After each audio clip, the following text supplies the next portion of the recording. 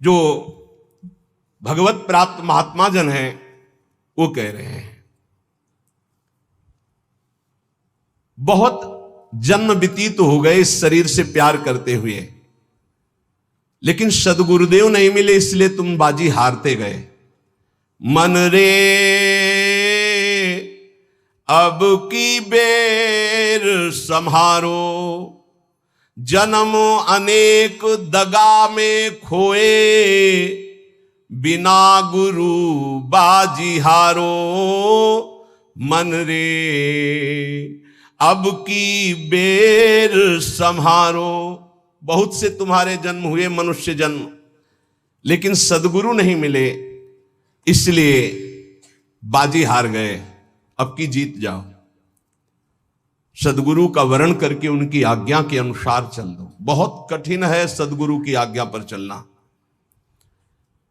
हमारा मन अहंकार से प्रेरित होकर मनमानी आचरण करने के लिए बहुत राजी होता है, लेकिन गुरुमानी होकर मन को मारकर गुरु आज्ञा में रहना एक किसी विशेष भाग्यशाली उपासक के भाव होते हैं।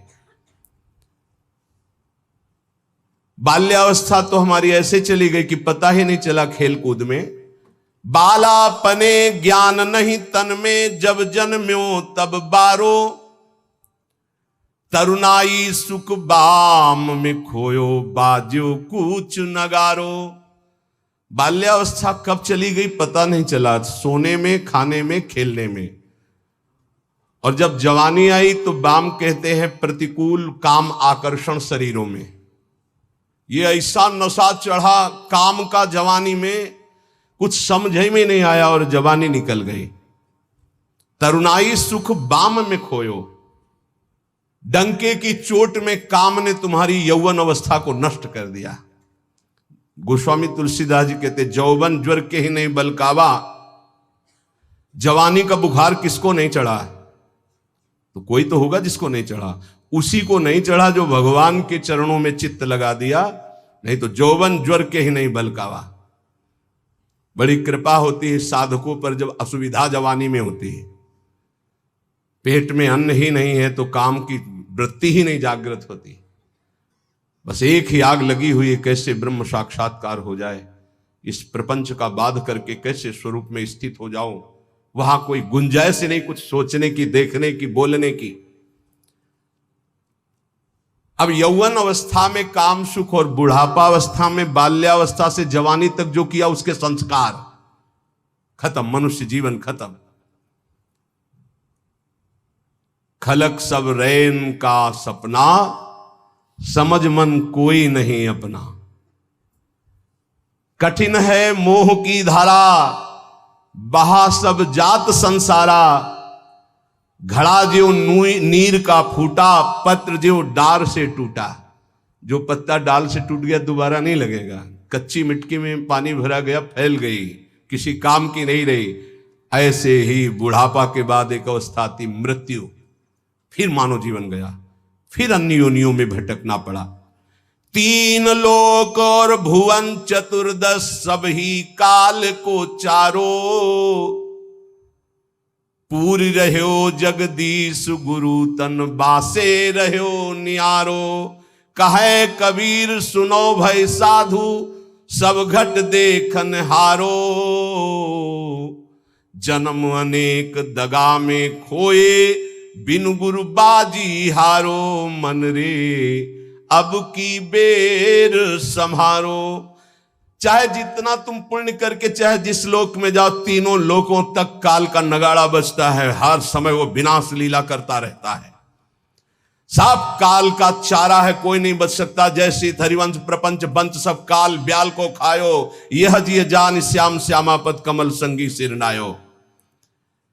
गुरुदेव ने जिसको स्वीकार किया और जगदीश का ज्ञान प्रदान कर दिया, कबीर साहब कहते हैं भाई सुनो, वही विजय प्राप्त कर लिया जो घट घट में सबको आराध्य देव माना। हर घट में हमारा आराध्य देव विराजमान है, वो जीवन मुक्त हो गया। इस शरीर का धारण करना मानव देह का यही सफलता है। नाम जप करते हुए सब में भगवत भाव करके अपने आप का उद्धार कर ले। समझो रे भाई समझो रे, अरे हिया नहीं रहना, करना अंत पयाना। जाना है भाई जाना है, मरना है भाई मरना है, आज नहीं तो कल मरना है। गंदे विषय सेवन करके नहीं, भगवान नाम जप करके, अच्छे आचरण करके, भगवत प्राप्ति करके मरना है। यदि हम इस मनुष्य शरीर से भगवत प्राप्ति नहीं कर पाए तो हमारे दुख का अंत नहीं होने वाला। प्रेम भक्ति की रीति समुझ कर हित सो राम रिझावे, गोविंद के कौतुक गुण लीलाता को ध्यान लगावे। सेवा सुमिरन बंदन अर्चन नौधा सो चित लावे, अब की अवसर भलो बनो है बहुरी दाव कब पावे। भजन प्रताप उतरे भव सागर उर आनंद बढ़ावे, साधुन की संगति को साबुन लेकर ममता मैल बहावे। हे भाई, बिना प्रेम भक्ति के भगवान की प्राप्ति कठिन है। गोविंद के चरणारविंद का आश्रय लेकर नाम जप करते हुए जो लीला गाते हैं, अर्चन बंदन करते हैं, नौधा भक्ति करते हैं, उनके हृदय में प्रेम लक्षणा भक्ति जागृत होती है। ये प्रेम लक्षणा भक्ति साधु संग से आती है। साधु संग रूपी ऐसा साबुन है कि ममता रूपी मैल धुल जाता है, और जहां मन ममता रूपी मैल से रहित हुआ तहां प्रेम प्रकाशित हो जाता है। प्रेम प्रकाशित होने में जो बाधा है, भक्ति करते हुए और साधु संग करते हुए भी यदि प्रेम प्रकाशित नहीं हो रहा तो ये कुछ बाधाएं इसमें वर्णन की गई है। ध्यान से सुन लो और इनको कभी करना नहीं तो प्रेम भक्ति जरूर जागृत हो जाएगी।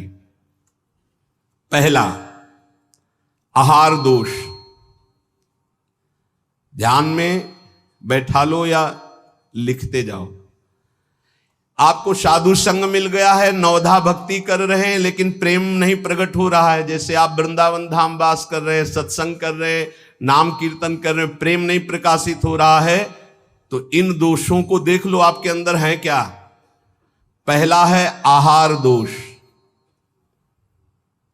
आहार दोष बुरी कमाई से जो अन्न आता है वो बुद्धि को भ्रष्ट कर देता है। इसीलिए हम आकाश वृत्ति से जीते हैं।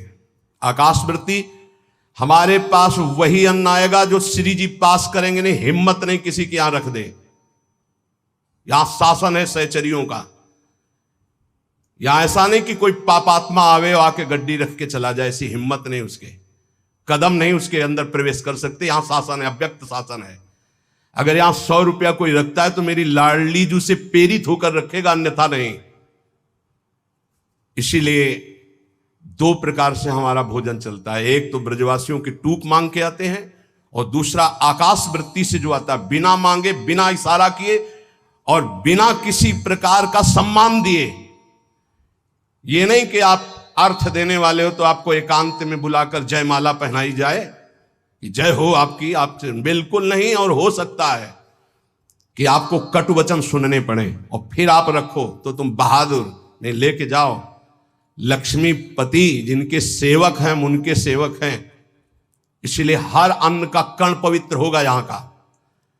हमारी स्वामिनी के द्वारा प्रेरित जो आता है वो हृदय से स्वीकार है। इसलिए कहीं भी किसी भी तरह का इशारा, दान पेटी, कोई ये सब नाटक कि भाई यहां इतने भरो इतने भरो, कहीं कोई अगर कोई बाहर कर रहा है तो नौटंकी नाटक करके अर्थ एकत्रित करने वाला वो अपराधी माना जाएगा। इस पूरे राधा केली कुंज के भागवतिक विधान में किसी भी तरह के अर्थ का प्रवेश नहीं है। हम भिक्षुक हैं, हमारा भरण पोषण स्वामिनी से होता है। किसी के हृदय में ऐसे किया, स्वामिनी जी के आगे चढ़ गया, उसी से बिजली का बिल, उसी से उदर पोषण होता है। और ये हम इसलिए नहीं सुना रहे कि तुम चढ़ा देना। हम तो कसम खवाई सत्संग में कि जिनको ये लगता हो कि मेरे द्वारा चलता है, तुम्हें इष्ट की कसम या चवन्नी मत चढ़ाना। हम देखते हैं अपने स्वामी को, हम तुम्हारे से हमारा नहीं चलता, हम स्वामी से देखते हैं जिनसे अनंत ब्रह्मांड। तुमने सहयोग किया था ब्रह्मांड बनने में क्या? अनंत ब्रह्मांड एक संकल्प में बन गए, उनके हम दास हैं। तो जो अधर्म की कमाई से, अधर्म की कमाई कैसे होती है? जहां हमारा धर्म कहता है कि ये नहीं लेना चाहिए, हम उसे लेते हैं। जहां हमारा धर्म कहता है ये नहीं करना चाहिए, उसे हम करते हैं और फिर वो अर्थ लेते हैं। कई तरह के अधर्म की कमाई होती है। इसको हमने देखा भ्रमण के समय में। जैसे कहा जाता है कि आपका ब्लैक व्हाइट हो जाएगा, ऐसा हमने नहीं कहीं पढ़ा, शास्त्रों में नहीं पढ़ा, संतों से नहीं सुना। धर्म से 10 रुपया कमाओ, 4 रोटी बनाओ, 1 रोटी में 4 टुकड़े कर लो, 3 में तुम पाओ। एक गाय को दे दो, कौआ को दे दो, एक भिक्षुक संत को दे दो, एक ऐसे डाल दो, कोई जीव जंतु खा ले, इसे कहते हैं। वो तुम्हारा धन और पवित्र हो गया। पापाचरण करके आओ, 1 लाख में 10,000 दो, नरक जाओगे, क्योंकि वो 10,000 जो खाएगा उसकी बुद्धि भ्रष्ट हो जाएगी। आहार दोष। जब द्रौपदी जी और महाराज युधिष्ठिर और भगवान श्री कृष्ण भीष्म पितामह को घेरे हुए प्रश्न उत्तर हो रहे हैं, तो बहुत शास्त्र का ज्ञान दे रहे हैं, बहुत हजारों प्रश्नों के उत्तर भीष्म पितामह जी ने दिए। तो जब धर्म का उपदेश कर रहे थे तो कहा, रुको पितामह, ये वही बुद्धि है उसी महापुरुष की जो सभा में बैठा था, मुझे वस्त्रहीन किया जा रहा था, मैं चीख चीख के पूछ रही थी क्या ये धर्म है? उस समय ज्ञान तुम्हारा कहां चला गया था जो आज ज्ञान उपदेश कर रहे हो? तुम मुस्कुराए और कहा, बेटी तुम्हारा प्रश्न धर्मयुक्त है। वो सब बह गया। 6 महीने बाणों की सैया पर वो खून बह गया है। इस समय मैं शुद्ध हूं, जो प्रश्न करोगे ठीक धर्मयुक्त उत्तर होगा। उस समय पापी दुर्योधन का अन्न खाने से मेरी बुद्धि मलिन हो गई थी। उदाहरण दिया कि एक परमहंस जी जंगल में कंदमूल फल खाकर रहते थे। एक दिन राजा की दृष्टि पड़ी, श्रद्धालु था, साष्टांग दंडवत की, महाराज महल पधारी और अपने चरणामृत से, चरण रज से महल को पावन करें और प्रसाद पाए। मना कर दिया, हम तो कंदमूल फल खा गए। चला, दूसरी बार फिर आया, तीसरी बार फिर आया। मन में आया चलते, ठीक है। राजा बहुत प्रसन्न हुआ, आदर के साथ ले गया, महारानी ने स्वयं बनाया, महाराज संत भगवान ने पाया, गए। अब जब जंगल में आए तो मन नहीं लगा भजन में। कहां सूखे कंदमूल फल और कहां रसीला वो भोजन राज परिवार का और रानी के हाथ का बना। अब तो अच्छा दृश्य देखने की इच्छा नहीं होती हो, गुलरी पाकर, यही फल जंगली। बस अब ये इंतजार था कि राजा आ जाए और निमंत्रण दे दे। अन्न का प्रभाव। राजा आया, संकल्प ऋषि का, महाराज वो पहले बार में कि हाँ हाँ, वो तो आप बड़े भगत हो, एक बार जाके हमने देख लिया, बड़ी श्रद्धा है। दोबारा गए तो प्रसाद बना रही थी रानी, तो दृष्टि गई हार पे। हार श्रृंगार उसमें रखा हुआ था, पेटी से खुल अपनी झोली में डाल लिया, बैठ गए, प्रसाद पाया, चले आए, झोली टांग दी। सायंकाल रानी जब श्रृंगार के लिए बैठी तो देखा और पेटी खाली, हार नहीं। तो उनका, महाराज यहाँ किसी चोर का प्रवेश है नहीं, आपके वही सन्यासी जी जो आए थे वही ले गए। बोले ऐसा नहीं, वो तो बहुत त्यागी वैरागी, वो हार क्या करेंगे? बोले हमारी दास दासियां, निजी दास दासियां, ये कहीं बाहर नहीं जाती हैं, तो ये क्यों चोरी करेंगे? इनका और कोई है नहीं, ये तो हमारी सेवा में रहती है। राजा को भी पक्का प्रमाण लगा कि संत, पर उन्होंने कहा नहीं, हमारे संतों की अवहेलना होगी, आप इस शब्द मत उच्चारण करो, मैं दूसरा बनवा देता हूं। 2-4-5 दिन वो उपवास किए संत भगवान। तब उन्होंने जंगल से फल लाने की सोचा, झोली में हाथ डाला तो देखा वो हार। तो उनका ये हार कैसे आ गया? ओ, मैंने चोरी की, ये कितना निंदनीय मेरी बुद्धि हो गई, कैसे मैं निकृष्ट हो गया। हार लिया और ऐसे, मैं चोर हूं, मैं चोर हूं, वहीं से कहते हुए राज दरबार में, मैं चोर हूं। महाराज उतरे, दंडवत किया, कहा महाराज आप चोर नहीं हो। नहीं मैं चोर हूं, मैंने हार चोरा। बोले महाराज मैंने परीक्षा के लिए आपकी झोली में डाला था और उनको ऐसे ले गए, कि सभा को कहीं ये ना लगे कि संत ऐसे होते हैं। एकांत में ले गए और बोले महाराज आप ही चोरी करने वाले, आप ही ईमानदारी से वापस लाने वाले, मेरी समझ में नहीं आया। तो बोले शास्त्रों में जो लिखा है, आप कल सुने थे चर्चा में, प्रताप रुद्र जी के दर्शन के लिए भी महाप्रभु ने निषेध कर दिया था। राज अन्न निषेध माना गया है अगर वो वैष्णव भक्त ना हो तो।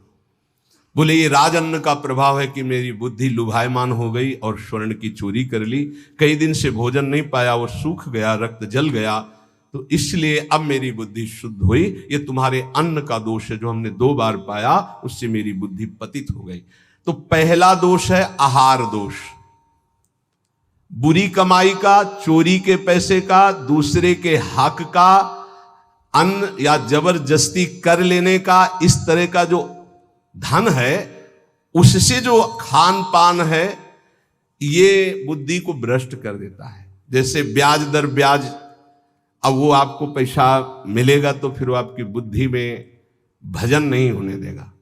संकल्पित अन्न मिलेगा, कभी किसी का ऐसा दिया हुआ साधक को या गृहस्थ बट रहा है हलवा, भूखे मर रहे हो, ऐसे हाथ फैला दिया, तुम गृहस्थ हो, वृंदावन आए हो, एक दिन उपवास कर लो, थोड़ा सा कुछ लेकर पेट में डाल लो जो तुम्हारा धर्म की कमाई का, दूसरे का हलवा मत खाओ, मान लो हमारी बात, सारी बुद्धि नष्ट हो जाती है, सुकृत नष्ट हो जाते हैं। आहार दोष पहला, कई बार बताया, इस पर ध्यान दीजिए। सतोगुणी पवित्र अन्न भी यदि मात्रा से अधिक हो गया तो रजोगुण, उस मात्रा से अधिक हो गया तो तमोगुण पैदा कर देगा, अल्प मात्रा में पाइए। दूसरा, शरीर को स्वस्थ रखिए। शरीर को स्वस्थ रखने के लिए, ब्रह्मचर्य पुष्ट रखने के लिए परिश्रम युक्त सेवा अत्यंत आवश्यक है, जिसमें पसीना चुए। ये दिनचर्या आज की नहीं जो आप देख रहे हो कि 1:30 बजे उठते हैं, तो ये आज की नहीं, ये जीवन की दिनचर्या है। सूर्य उदय होते होते परिक्रमा वृंदावन की हो जाती थी, अपनी रात्रि में उठे, 45 मिनट व्यायाम, 48 मिनट प्राणायाम, छड़ी उठाई, पूरे वृंदावन की परिक्रमा एक सांस में। इसके बाद आके श्री जी की मंगला, गुरु जी की सेवा में 9 बजे तक, फिर आके श्रृंगार, फिर गुरु जी की 2:30 बजे रोटी मांग करके एक बार 24 घंटे में, वो भी न सब्जी न दाल। ऐसे थोड़ी भगवत मार्ग की निरंतर भगवदाकार वृत्ति प्राप्त की जाती है। अस्वस्थता ये भी बाधक है, जब तक वृत्ति भगवदाकार ना हो जाए। अगर भगवदाकार वृत्ति है तो कोई फर्क नहीं पड़ेगा। भगवदाकार वृत्ति नहीं है और आपको केवल ऐसे ही नकली वो करके अल्ट्रासाउंड ऐसे और आपको बता दिया जाए कि आपकी किडनी थोड़ा दोष युक्त हो रही है, भजन करके दिखा देना, डिप्रेशन में पहुंचने लगोगे। पक्का समझना, शरीर स्वस्थ, चित्तवृत्ति प्रभु में लगा लोगे। शरीर अस्वस्थ है और चित्तवृत्ति भगवदाकार नहीं हुई तो इसी में कराओगे, पक्की बात समझ लो। और एक बार चित्तवृत्ति लग गई तो 2 किडनी की क्या बात, अगर 10-20 होती हो सब फेल हो जाती तो भी कोई फर्क नहीं पड़ता। पक्का मान लीजिए, पक्का मान लीजिए। इसीलिए संसारी पुरुषों को विश्वास नहीं होता कि क्या ऐसा भी हो सकता है, क्या ऐसा होता है। कर्तुम अकर्तुम अन्यथा कर्तुम सर्व समर्था सा ईश्वरः। अभी क्या समझे हो तुम? अस्वस्थता से बचिए। प्रत्येक साधक से कहा व्यायाम करो, चाहे साधक हो चाहे साधिका, संयम से चलो। व्यायाम प्राणायाम अत्यंत आवश्यक है। ठीक है, आपकी दिनचर्या ऐसी तो समय निकालो, ऐसी दिनचर्या में समय निकालो कि आप व्यायाम कर सको, आप प्राणायाम कर सको। मान लो मेरी बात। आहार अल्प पवित्र आहार है, पक्का, इसमें कोई संशय नहीं, गुरु प्रदत्त आहार है। और अल्प आहार तो शतोगुणी बना रहेगा। दूसरा, व्यायाम प्राणायाम प्रत्येक साधक को करना चाहिए। यह महापुरुषों को देखें, अपने गुरुदेव को भी देखा है, क्योंकि आजीवन हमें संयम पूर्वक भजन मार्ग में बढ़ना है, तो ये दोनों बातें जरूर। तीसरा, आलस्य का त्याग। आलस्य, वृंदावन रहते हुए भजन करते हुए भगवत मार्ग में आपके प्रेम क्यों नहीं प्रकट हो रहा? यह सिद्ध महापुरुष के द्वारा बताए हुए। पहला आहार दोष, दूसरा शरीर को स्वस्थ रखो, नहीं तो अस्वस्थता में भजन नहीं होता। किनका? साधक का। तीसरा आलस्य, ये सबसे ज्यादा साधक को परेशान करता है। ये 3 बातें पहले क्यों लिखी गई, अभी और हैं। प्रायः साधक को भोजन में स्वाद की बुद्धि रहती है। आलस्य को त्यागिए, नहीं तो प्रेम। काहे को इतना सोते हो? हम तो प्रभु से मनाते थे कि हमें नींद ना आवे, प्रभु मेरी नींद खत्म हो जाए। वो आज उसकी कृपा का फल प्राप्त हो रहा है। हाँ, कि नींद नाम की चीज नहीं है यदि और कोई डिस्टर्ब भी नहीं, कोई परेशान भी नहीं है, ये बस अगर आप ठिकाने देखो, नींद को विश्राम जो इंद्रियों को मिलता है नींद में ना, वो संसार का चिंतन छोड़ने से। खास बात समझिए, 6 घंटे संसार का चिंतन छोड़ के बड़ा फ्रेश लगा, और 6 घंटे अगर भगवान के चिंतन में संसार को भूल गए तो कैसा लगेगा, सोचो। चौथा है प्रमाद। प्रमाद माने जो अभी काम करना है वो कल कर लेंगे, कल कर लेंगे ना। करने योग्य काम को आगे के लिए छोड़ देना और ना करने योग्य काम को तत्काल करना, जबकि साधक इसका उल्टा करता है। करने योग्य कार्य को तत्काल करता है, ना करने योग्य कार्य के लिए उपस्थित समय आने पर भी वो उसे टाल देता है, कल देखेंगे। उसके ना करने योग्य कार्य को तत्काल करना और करने योग्य कार्य को आगे के लिए टाल देना, इसे प्रमाद कहते हैं। पुरुषार्थहीनता, जैसे कुछ लोग ऐसे कहते हैं कि अरे वो जब आपकी कृपा होगी तो सब हो जाएगा। हाँ, आकाश से उतरेगी कृपा, तुम्हें कह रहे नाम जप करो, समय से वाणी पाठ में जाओ, समय से ऐसे करो ऐसे, ये कृपा नहीं और क्या। तुमको जो उपदेश कर रहे हैं कृपा नहीं तो और क्या। भगवान गीता में उपदेश कर रहे हैं, शास्त्रों में उपदेश कर रहे हैं, ढूंढ ढूंढ करके हर बात तुम्हारे कान तक पहुंचा रहे हैं प्रभु, ये तुम पर कृपा नहीं है। अब तुम आलस्य करो, प्रमाद करो। बहुत समझ में नहीं आता कि साधक क्या लक्ष्य लेकर के चलता है। पुरुषार्थहीनता है तो प्रेम प्राप्त नहीं होगा। पुरुषार्थ युक्त रहो, एक क्षण भी बर्बाद मत करो, कबहू काल वृथा नहीं जाए, इस पर ध्यान दीजिए। समय बर्बाद मत कीजिए, 1 मिनट आपका बहुत कीमती है। फिर 6वां, अश्रद्धा। श्रद्धा किसे कहते हैं? गुरु और शास्त्र के वाक्य को यथावत बिना विचार किए पालन करना, उसे श्रद्धा कहते हैं।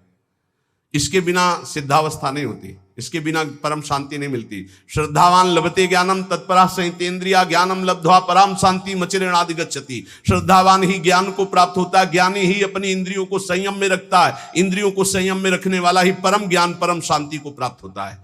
प्रथम हृदय श्रद्धा जो करे, सेवक वाणी, प्रथम हृदय श्रद्धा जो करे, आचार्यजन जाय अनुसरे जहां जहां हरिवंश के, तब बात बनती है।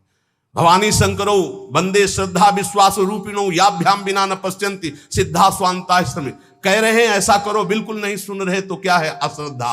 ये तुम्हें प्रेम प्राप्त नहीं होने देगी, ये भगवदानंद की अनुभूति नहीं होने देगी। कैसे कैसे? अगर आप वचन रूपी लक्ष्मण रेखा के अंदर रहोगे तो माया रूपी रावण तुम्हारा हरण नहीं कर पाएगा, तुम्हारी बुद्धि रूपी सीता का अपहरण नहीं कर पाएगी। राम जी वरण कर लेंगे बुद्धि रूपी सीता का, श्याम जी वरण कर लेंगे। भीष्म पितामह अंतिम समय कहते हैं, हे श्री कृष्ण मेरी कुमारी बुद्धि को स्वीकार करो, आज तक इस बुद्धि को कभी किसी ने स्पर्श नहीं किया, ये बुद्धि कुमारी है, वरण कर लो इसको। लेकिन हमारी बुद्धि का तो अपहरण हो गया है, विषयों ने अपहरण कर लिया है। क्यों? क्योंकि हम गुरुदेव के वाक्य रूपी लक्ष्मण रेखा के अंतर्गत नहीं रहे, हम रेखा क्रॉस कर गए, अश्रद्धा कर ली, उनकी आज्ञा नहीं मानी, अवहेलना कर दी, कुतर्क। नहीं, ऐसा कैसे हो सकता है? बहुत विचित्र गुरुजनों की वाणी में सामर्थ्य होती है। कभी गुरु की वाणी पर अविश्वास करके कुतर्क नहीं करना चाहिए। अधैर्य, अगर उपासक में धैर्य नहीं है तो प्रेम प्रकाशित होने में बाधा पड़ जाएगी। बड़ी समस्या आ गई है, बड़ी नहीं, धैर्य पूर्वक टिके रहो। अच्छा, ये कभी हमारे हृदय में गुरु प्रताप से नहीं आया कि किसी का आश्रय ले ले, या कहीं चले जाए, या कहीं पूर्व जीवन में कोई फोन कर दे, या किसी को इशारा कर दे। बस ये था कि अब मरना है और धाम में भगवत चिंतन करते हुए मरना है। धैर्य से कभी विचलित ना हो। अगला है अनिश्चय। ये बहुत साधकों में पाया जाता है। एक दिन गुरुदेव भगवान ने कहा, जब साधक घर से निकलता है तो उसका वैराग्य अग्नि के समान होता है, उसे ज्वाला की तरह रोज बढ़ना चाहिए। उसका वैराग्य शीतल क्यों हो जाता है, ठंडा क्यों हो जाता है? उसका वैराग्य तो प्रतिदिन और तेजस्वी होना चाहिए। उसका कारण है अनिश्चय। सुख सुविधाएं भोग मिले और जीवन बढ़िया कट रहा है। हे, जीवन काटने के लिए नहीं, जीवन मिटाने के लिए हम आए हैं, अस्तित्व मिटाने के लिए आए हैं। हमारा निश्चय है कि प्रिया प्रीतम की प्राप्ति के लिए हर भोग को छोड़ना है और प्रभु को प्राप्त करना है। वैरागी वही है जो समस्त भोगों के बीच में रहता हुआ भी भोग स्वीकार नहीं करता, केवल अपनी दिनचर्या और भगवत प्राप्ति के हेतु जीने के लिए केवल उसको धारण करता है ऐसे बहुत से संत अपने। अभी एक उपासक बच्चा है, पूछा है तुम्हारी बनियान में रंग लगा है, रंग वाली बनियान क्यों पहने, दूसरी पहन लो ना, जैसे आपकी आज्ञा पर काम चल रहा है ना अभी शरीर के, नहीं बदल, वैसे जैसे आपकी आज्ञा पर काम चल रहा है ना, हाँ ठीक जाओ, अच्छा लगा कि धैर्य से वैराग्य की पुष्टता, काम चल रहा है ना, अच्छा है। अनिश्चय हमारे हृदय में जब होता है तो हमें भोग गिरा देते हैं। हमारा निश्चय क्या था, हम प्रभु की प्राप्ति के लिए जानबूझकर समस्त भोगों का त्याग करते हुए सच्चिदानंद रस में स्थित होंगे, फिर हम क्यों डिग गए, इसका मतलब हमारे निश्चय में कमी थी। अनिश्चय, हमारा निश्चय था कि हम अपमान को सहेंगे, हम निंदा को सहेंगे, हम तिरस्कार को सहेंगे, हर कष्ट सहेंगे, पर हे नाथ आपको प्राप्त करेंगे, आपका भजन करेंगे। कहां गया वो निश्चय? थोड़ी सी कोई अपमान की वृत्ति आई, हम गुस्सा हो गए, थोड़ा सा तिरस्कार हुआ, हम परमार्थ छोड़ दिया, थोड़ा सा कोई भोग आया, हम भजन छोड़ दिया, भोग में राजी हो गए। कहां गया हमारा निश्चय? इसका मतलब अनिश्चय है हमारे हृदय में, लक्ष्य का निश्चय नहीं है।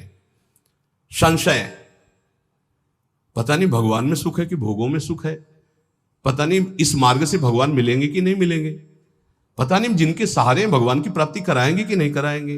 कई तरह संशयात्मा विनश्यति, वो भ्रष्ट हो जाएगा, गिर जाएगा। असंयम, ये बहुत खास बात है। असंयम साधक को नष्ट कर देता है। संयम से रहो। आपसे कई बार प्रार्थना की सत्संग में कि यदि आप 2 चपाती पाते हैं तो उसी के अनुसार कितना भी अच्छा भोजन उतने लीजिएगा। आपका भोजन का संयम होना चाहिए, आपके शयन का संयम होना चाहिए, आपके दिनचर्या का पूरा नियमावली होना चाहिए। संयम नियम साधना में चाहे गृहस्थ हो चाहे विरक्त हो, बहुत बड़ा इनका योग है। असंयम नहीं है, कभी मन आया तो 7 बजे जग गए, कभी मन आया 5 बजे जग गए, कभी मन आया 1 बजे जग गए, ऐसा नहीं होना चाहिए। असहिष्णुता, सहनशीलता ना होना, साधक के प्रेम प्राप्ति में बाधक लक्षण है। हर बात को सहन कर जाओ। सहनशीलता सहत सहत बाढ़े भगति गृह तन गुरहित गात। अपवित्रता, कई बार इस पर चर्चा हुई है। आजकल बड़ी अपवित्रता के चांस हैं, जैसे शौचालय और बाथरूम एक ही में सब है, प्रायः ऐसा ही है। कुछ लोग उसी में लघु शंका करते हैं, बैठकर पूरे अपवित्र हो जाते हैं। अगर शौच वाला वो स्पर्श हो जाए तो जितना स्पर्श हो जाए वो कपड़े सब धोने चाहिए। कुछ लोग तो बैठ के ही लघु शंका उसमें करते हैं, बनने को बोले हाथ धो लिए बस हो गए, पूरे अपवित्र हैं। वैष्णव पद्धति उसे स्वीकार नहीं करती। कैसे महापुरुषों का दिन, कल दर्शन किए जब प्रसाद पा रहे थे वो वृद्ध वैष्णव, ऊपर के वस्त्र हटाकर नीचे की धोती, कितना पवित्र, पवित्रता। ये मुख में कुछ खाए जूठे चल रहे हो, कैसे तुम्हारा मंत्र सिद्ध होगा? खड़े खड़े लघु शंका कर ली, छिट्टी पैरों में पड़ रही, कैसे मंत्र सिद्ध होगा? बहुत सावधानी की जरूरत है। उपासक चाहे गृहस्थ हो या विरक्त हो, हर समय पवित्र रहता है। अपवित्रता ये सिद्ध नहीं होने देती, साधन को सिद्ध नहीं होने देती, ध्यान रखना। कुछ भी खाने की वृत्ति ऐसी ना रखो जो प्रियालाल को भोग नहीं लगाया आप पा रहे हैं। बाजार में खाने वाला तो साधक हो ही नहीं सकता। हम ये कह रहे हैं कि यदि आप बहुत ही गृहस्थ में हो और आपका मन कर रहा है कि भाई आज हम नमुक चीज पाए, तो आप पहले ये जांच करो कि जहां से ले रहे हो पवित्रता का विधान वहां है कि नहीं है। नहीं तो बहुत अपवित्र रहता है, आप अच्छे से समझ लीजिए।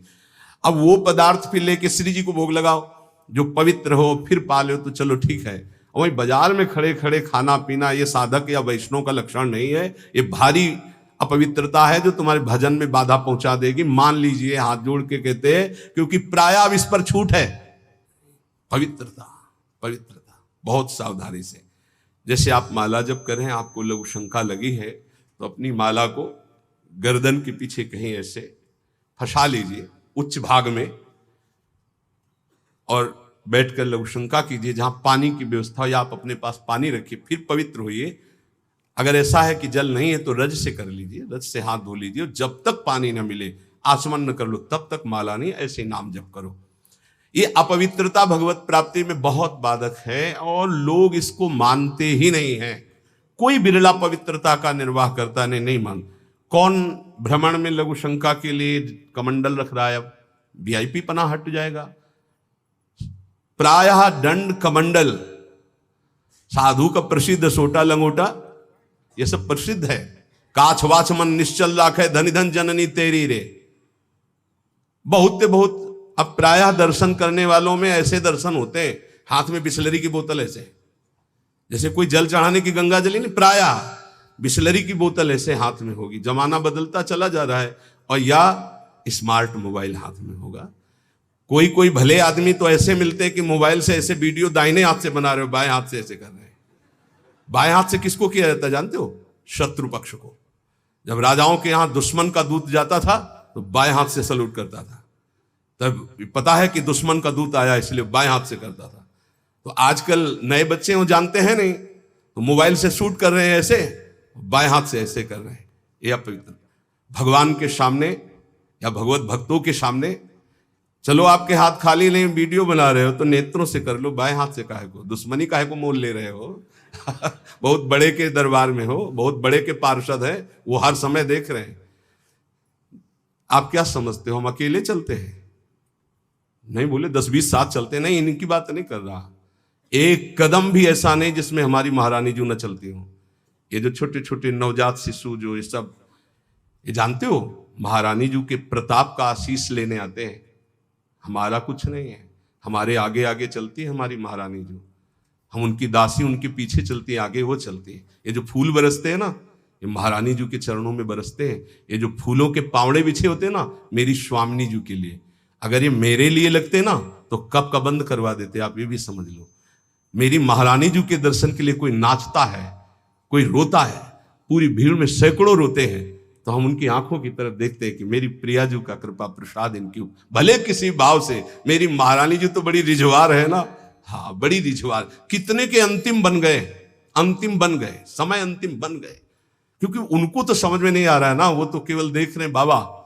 लेकिन बाबा के आगे जो चल रहे हैं उनका प्रताप चल रहा है। आप समझते हो ना, किसी के आगे इतना नहीं होता जो आप देख रहे हो। ये महारानी जी के आगे होता है, किसी और के आगे नहीं होता। यहां कोई संत प्रताप उदित नहीं है, ये महारानी जी का प्रताप उदित, राधा प्रताप। जो प्रसिद्धि और पुजवाने की इच्छा रखता है उसे प्रेम प्राप्त नहीं होता। प्रेम प्राप्ति में बाधक अपनी प्रसिद्धि और पुजवाने की इच्छा नहीं। अपने इष्ट में चित्त को लगा दो तो सेवक जी महाराज कह रहे हैं, बिस्तर है सब जग विमल कीरति, साधु संगति ना टरे, बास वृंदा विपिन पावे, श्री राधिका जो कृपा करे। अपने आप जगत में विमल कीर्ति का विस्तार हो जाता है जो प्रियालाल में चित्त जोड़ता है। अपनी पुजवाने की इच्छा, मान की चाह, ये प्रेम नहीं प्रकट होने देती। अगला, किसी से भी घृणा, जैसे कोई भी किसी भी तरह का है, किसी भी धर्म का है, कैसे भी आचरण करने वाला है, अगर वो हमारी महारानी के दरबार में आता है तो उसको हम भगवान की तरह आदर करेंगे। उसको एक, जैसे हम सबका आदर करते हैं ऐसे उसका आदर करें। किसी से भी घृणा नहीं त्रिभुवन में, ये तो पक्का समझ लीजिए, किसी से भी घृणा नहीं। घृणा शब्द भक्त के हृदय में नहीं होता, किसी से भी घृणा नहीं। द्वेष, अजात शत्रु भक्त होता है। अगर द्वेष है तो प्रेम प्रकट नहीं हो। अद्वेष्टा सर्वभूता नाम, किसी भी संसार में एक भी से भी अगर द्वेष है, दुश्मनी है, तो भगवत प्राप्ति में बाधा हो जाएगी। अजात शत्रु, तुम्हें गाली दे, सर झुका लो, वो तुमसे द्वेष मान रहा है, तुम उससे द्वेष कभी मत मानो। जब दिखाई दे तो नेत्रों से प्रणाम कर लो। और निर्दयता, ये प्रेम में बाधक है। कभी किसी के प्रति कठोर व्यवहार वाणी के द्वारा, मन के द्वारा, तन के द्वारा ना करे। दुराग्रह, ऐसा होना ही चाहिए, ये कभी हट ना करे। जोई जोई प्यारो करे, सोई मोई भावे। ध्यान रखिए, दुराग्रह कभी प्रभु से भी ना करे कि नहीं प्रभु इतना तो होना ही चाहिए, गुरुदेव इतना तो होना ही चाहिए। नहीं, जोई जोई प्यारो करे, सोई मोई भावे। चपलता, जल्दीबाजी, चांचल्यता, ये साधक में नहीं होनी चाहिए। गंभीर स्वभाव, जो कार्य करे बहुत ठीक से करे। एक साधक अपनी सेवा में है, उनसे आप कोई भी जल्दी काम को वो नहीं करेंगे, कार्य दे दो छोड़ दो। अगर पात्र मार्जन करना है तो जब वो मार्जन करके निकले बाहर तो आप देख लेना निर्दोष हर पात्र चमकता हुआ मिलेगा। पर आप कह दो 5 मिनट में करो तो नहीं करेंगे। जो सेवा दोगे वो सेवा होगी, पर सांगो पांग होगी, उन्हें छेड़ो मत। वो अपने आप पूरा नाम जप करते हो, एकदम पोछा लगाना छोड़ दो, उसे बोलो मत, बस सेवा दे दो। वो आराम से पूरे भवन में पोछा लगा के शांत, उसे छेड़ो मत। अगर जल्दी करो तो पोछा रख दे खड़ा है, आप छेड़ो मत, सेवा दे दो। तो जब वो सेवा में होते तो हम कह देते उसको छेड़ो मत, वो अपनी सेवा पूरी सांगो पांग करेगा पर उसे छेड़ो मत। ऐसा ही उपासक का स्वभाव होना चाहिए। हम जिस कार्य में लगे सांगो पांग उसमें लगे, गंभीरता पूर्वक लगे, जल्दीबाजी नहीं, चांचल्यता नहीं। ये प्रेम प्राप्ति के लिए आवश्यक है। पर निंदा सुनना, पर निंदा करना, पर चर्चा करना, ये प्रेम में बहुत बाधक है, कई बार चर्चा हो चुकी। और बाहरी वेशभूषा बनावटी नहीं होना चाहिए, इसकी भी चर्चा हुई है कि बढ़िया क्रीचदार कपड़े, कोई बड़े उपाधि युक्त महात्माओं की बात अलग हो, तो गुरुजन है, आचार्य हैं, लेकिन साधक के लिए बात कह रहे हैं। वेशभूषा बहुत शांत रखनी चाहिए, जो गुरु प्रदत्त वेशभूषा है। और जब तक वस्त्र शरीर धारण करने योग्य की रक्षा कर रहा तब तक बदलना नहीं चाहिए। बहुत परमाणु होते हैं वस्त्रों में, जैसे ऊपरी अचला है, ये तो वर्षों चलेगा, बदलने की जरूरत नहीं। जैसे आपको मिल रहा है तो आप रोक सकते हो, उड़ाया जा रहा है आप औरों को उड़ा दीजिए, मेरे पास है, बहुत कृपा। ये जरूरी नहीं कि सबको उड़ाया जा रहा है तो हम ले रहे हैं। जैसे भेंट है, वस्त्र है, अगर वो सम्मान के लिए आपको दिया जा रहा है, आपको आवश्यक नहीं है तो आप हाथ जोड़ सकते हो, प्रसाद दे दीजिए, ये नहीं। इससे आपकी भक्ति बढ़ेगी और गुरुजन आप पर प्रसन्न होंगे। ध्यान दीजिएगा, अगर वस्त्र है और आपको उड़ाया जा रहा है तो आप ऐसे रोक दीजिए, हमारे पास दैन्यता हमारे पास है, आगे जरूरत होगी तो हम आपसे याचना कर लेंगे, जितने से काम चल जाए उतना। बनावटी बाहरी वेशभूषा और शास्त्रार्थ, ये प्रेम में बाधक है। वो तो कोई विद्वान करता है, अपने लोग तो है ही नहीं, शास्त्रार्थ करने लायक क्या है। तो शास्त्रार्थ तो विद्वानों का विषय है, पर किसी भी विषय में तर्क वितर्क नहीं करना चाहिए, मौन का आश्रय लेके हट जाना चाहिए। अगला, शरीर के आराम की चाह, यहां जो लिखा है वो ध्यान, शरीर आराम तलब, ये जीवन में नहीं लेना चाहिए। कुशासन में लेटते थे पूरे वृंदावन में, कुशासन कभी नहीं। ये जो पूर्व में जानते हैं, बिजली कटी हुई जीवन था, बिजली नहीं, सीधे प्रकृति का वार्ष हो और हरिशरणम हरिशरणम। और मनोरंजन, बोले 4-5 घंटे तो सत्संग और वाणी पाठ हो गया है। अब वो वाला मोबाइल टच वाला कौन सा कहते हैं, स्मार्टफोन, अब उसमें, अब हमको तो सब बातें आती नहीं, सीरियल कहते हैं कि क्या कहते हैं, वो जो देखते हैं, हाँ उसमें करके सीरीज, हाँ वही। अब एकांत में मनोरंजन सीरीज में देखोगे, आजकल की जो है ना, पहले रामायण महाभारत जैसे, अब ऐसी सीरीज है कि आपके भजन को नष्ट कर देंगे, आपके चिंतन को नष्ट कर देंगे। इसलिए प्रार्थना है कि जितने भी साधकों के पास, वैसे तो सबके पास है नहीं, जो सेवा में है और जो भी गृहस्थ जन है, ऐसी चीजें मत देखो जो आपके भजन में बाधक हो। अगला है कुसंग, ये भजन करते हुए प्रेम नहीं उत्पन्न होने देंगे। चलो अब थोड़ी देर निकलते हैं चल के, और बातचीत और ऐसे कुसंग ना होने पाए। जाके संग कुमति मति उपजे करत भजन में भंग, तजोरे मन हरि विमुखन कुसंग। साधना के प्रतिकूल साहित्य का स्वाध्याय करना, आपकी साधना है प्रेम के प्रतिकूल स्वाध्याय करना, प्रतिकूल सत्संग सुनना। प्रतिकूल भी सत्संग होता है, हाँ। अब हमारा चल रहा है दासो हम का, हमें सुनाया जाए हम ब्रह्मास्म का, तो प्रतिकूल तो हो ही गया। इष्ट मिले और मन मिले, मिले भजन रस रीति, तहां निसंग को है मिलिए, तासो की जय प्रीति। गुरुजनों का तिरस्कार कर देना, ऐसा होता है। कौन बार बार खड़ा होए, इनको तो 10 बार आना है आए। गुरुजन चाहे 100 बार पधारे, 100 बार प्रणाम, 100 बार खड़े हो गए, ये आराधना है। अरे तो बोलते रहते हैं, रोज ही प्रवचन करते हैं, क्या माने। एक ने हमसे कहा कि महाराज जब वैराग्य का प्रवचन करते हैं तो गद्दा वद्दा निकाल के बाहर फेंक देते हैं, और जब आश्रय का प्रवचन करते तो फिर गद्दा अंदर लग जाते हैं। बताओ चले कौन, वैराग्य वाला कि आश्रय वाला? तो तुम हो किसके, आश्रय के कि वैराग्य के? बस यही समझना है। गुरुजनों के वचनों पर अविश्वास, भजन जो संख्या दी गई उसमें लापरवाही। बहुत ज्यादा संख्या नहीं दी थी, एक दिन कहा था सब लोग 11 माला तो कर ही लिया करो।